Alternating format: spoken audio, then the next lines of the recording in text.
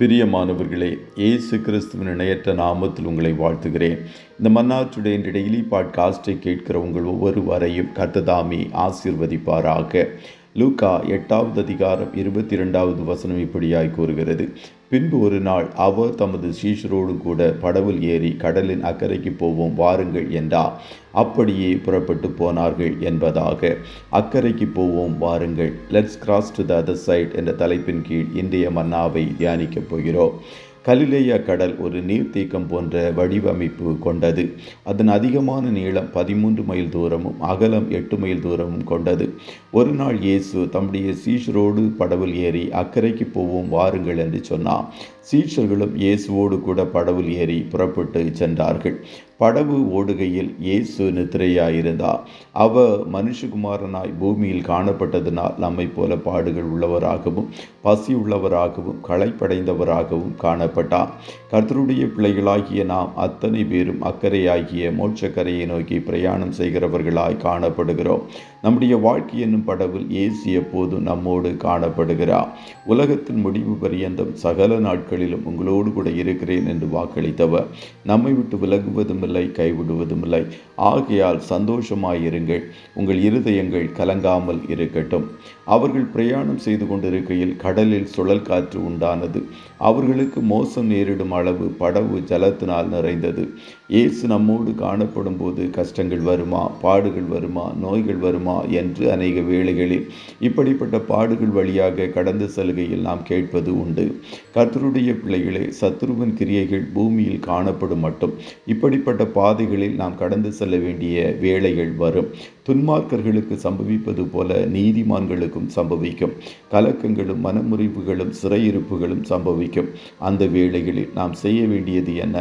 சீஷர்களைப் போல ஆண்டவருக்கு அதை தெரியப்படுத்துங்கள். அவர்கள் இயேசுவிடத்தில் வந்து, ஐயரே, மடிந்து போகிறோம் என்று அவரை எழுப்பினார்கள்.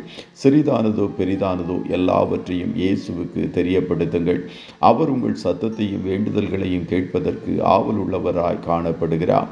கேட்கக்கூடாதபடிக்கு அவருடைய செவிகள் மந்தமாகவில்லை, விடுவிக்க கூடாதபடிக்கு அவருடைய கரம் குறுகி போகவும் இல்லை என்பதை அறிந்து கொள்ளுங்கள்.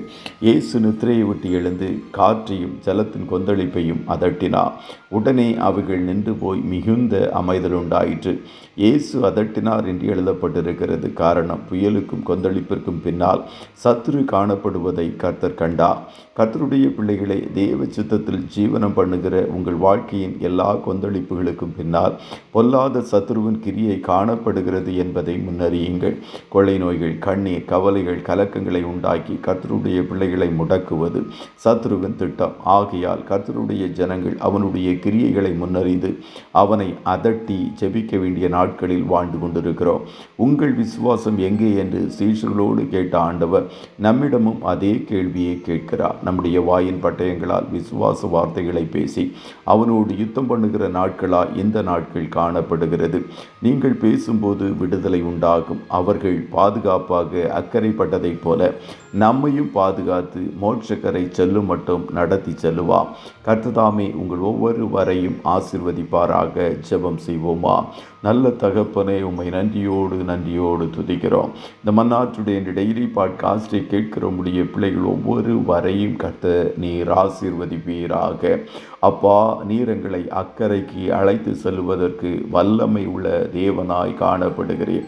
எங்கள் பலவீனமான கரங்களை பிடித்து ஒவ்வொரு நாளும் பத்திரமாய் கர்த்தர் நீர் நடத்துகிற தயவிற்காய் நன்றி. வழுவி போகாதபடி எங்களை காக்கவும் உம்முடைய மகிமையுள்ள சன்னிதானத்தில் நிறுத்துவதற்கும் நீர் வல்லமை உள்ளவர் என்பதை முழு நிச்சயமாய் நாங்கள் நம்புகிறோம்.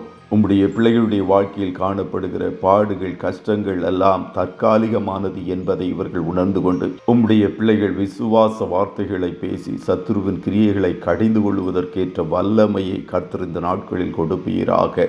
இன்றைய தினம் உம்முடைய பிள்ளைகள் கையிடுகிற வேலைகளை ஆசீர்வதியும். போக்கிலும் வரத்திலும் உடனிரும் கண்மணி போல காத்துருளும். ஆட்டுக்குட்டியானவருடைய இரத்தத்தின் பாதுகாப்பிற்குள்ளாய் ஒவ்வொருவரையும் கொடுத்து இயேசுவின் நாமத்தில் ஜெபிக்கிறோம் நல்ல பிதாவே. ஆமென், ஆமென்.